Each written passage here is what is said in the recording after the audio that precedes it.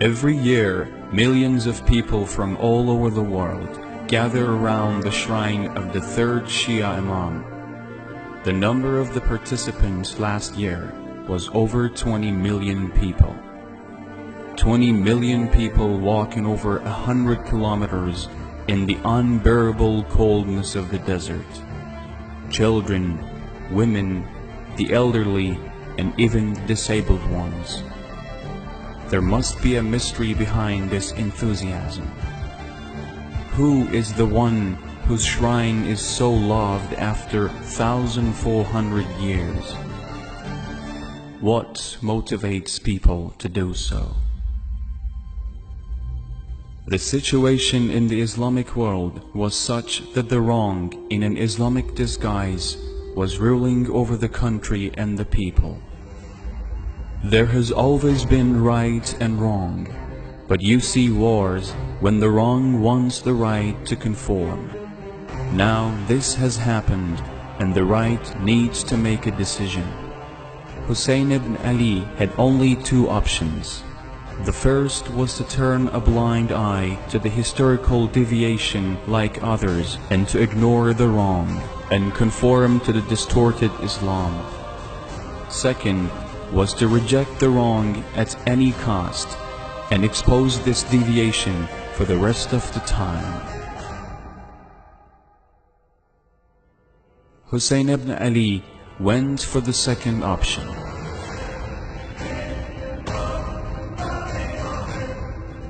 He takes his family with him. Therefore, a great sacrifice is on the way. The morning of the promised day, the wrong with hundreds of warriors stands in front of the right, with an army of less than 100. He and his followers sacrificed all they had to expose the brutality of the wrong Islam. From the moment that the war began, every second, the wrong Islam was exposed and the right Islam was revealed.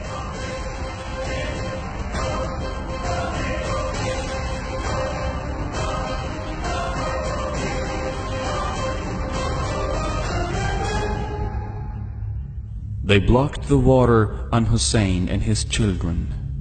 When he asked for water for his 6-month-old infant, they responded with a sharp arrow. He asked them for a prayer's break. They attacked his warriors while praying.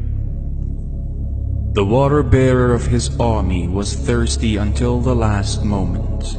He sent his own son before others for fighting.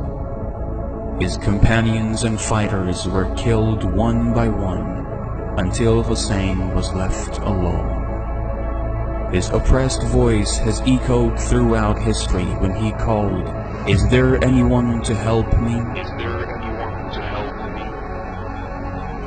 And now it was the time to sacrifice himself for the sake of freedom from oppression. After him, calamities did not stop. They burned the tents and imprisoned the survivors. This was just a portion of what Imam Hussein, had to bear to reveal the truth and astonish the world.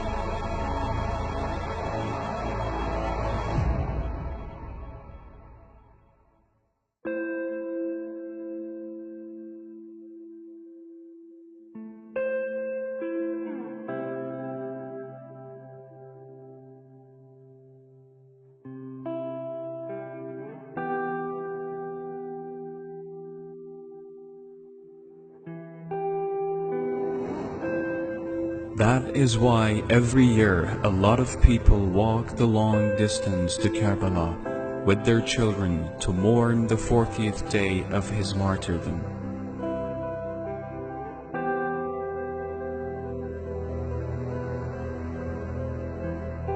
And that was what Hussein went through in order to revive the truth. Had this not happened, history would have lost the last path to salvation. One may wonder why non-Muslims joined the 20 million man march for paying tribute to the reviver of the true Islam.